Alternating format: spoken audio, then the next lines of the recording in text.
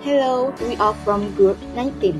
My name is NAZIRAH and my group members are ALYA, HAZWANI and Anis. Today, I would like to talk about air pollution as an environmental issue in Malaysia, focusing on Kuala Lumpur. As the capital city, Kuala Lumpur has a high population density and experiences heavy traffic every day. Rapid urban development and industrial activities also contribute to increasing air pollution levels. As a result, the air quality in the city is often affected, especially during peak hours and during haze periods. This situation can cause health problems such as breathing difficulties, coughing, and long-term respiratory issues. Air pollution also reduces the overall quality of life for residents. Therefore, it is important for both the government and the public to work together to reduce air pollution and create a healthier environment for future generations. Now moving on with background and history. Air pollution in Malaysia became a major concern in the 1970s. This was due to rapid industry and urban development, which caused cities to grow quickly and the air quality to worsen, especially in urban areas. One of the main issues Malaysia faces is seasonal haze. This occurs when smoke and pollutants from activities like forest fires in neighboring countries drift into Malaysia, affecting air quality. The worst haze Malaysia experienced was in 1997, which affected large parts of the country. People were exposed to extremely poor air conditions, which had serious health implications. Another significant event happened on 10 August 2005. In Kuala Lumpur, the air quality became so poor that health officials advised citizens to stay at home and keep their doors closed. This shows how dangerous air pollution can get and how it directly affects our daily life. Haze and air pollution have been ongoing challenges for Malaysia for decades. They are closely tied to urban growth, industry, and regional environmental issues. Understanding this history helps us see why improving air quality is so important for public health and the environment. There are several contributing factors to air pollution in Malaysia. One of the main causes is motor vehicle emission, where exhaust from the car, motorcycle, buses and lorries release harmful pollutants such as carbon monoxide, nitrogen oxide and particulate matter, especially in congested urban areas like Kuala Lumpur, Selangor and Penang.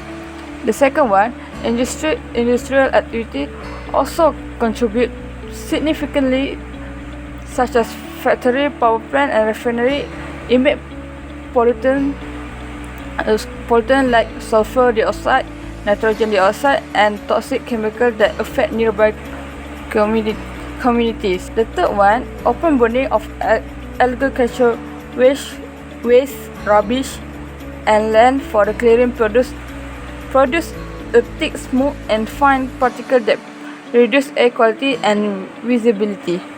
And finally, power generation using fossil fuel release greenhouse gases and other pollutants that further worsening air pollution and contributing to climate changes. Air pollution has many harmful effects on health, the environment and daily life. Long-term exposure to polluted air can cause chronic respiratory disease such as asthma, bronchitis by damaging the lung and airways. It also leads to damage to plants and crops as pollutants reduce photosynthesis and soil quality, resulting in poor growth and lower yield. In addition, toxic air pollutants can settle into soil and water, contaminating food source and harming animals through poison and destruction of the food chain. Poor air quality can also cause reduced outdoor activity and physical exercise, as people avoid going to outside, which negatively affect physical health and overall human well-being. My name is HAZWANI and I will be talking about 4 initiatives that can be done to prevent air pollution in Malaysia, involving individuals, the government and organizations. First, from the individual level, one effective action is using public transportation.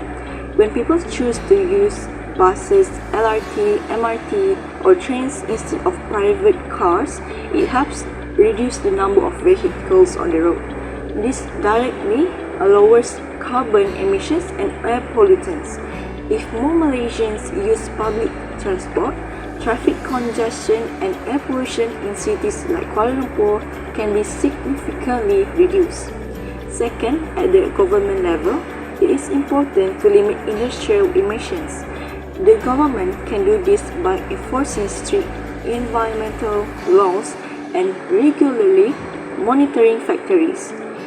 Industries that release harmful gases should be required to install proper filtration systems.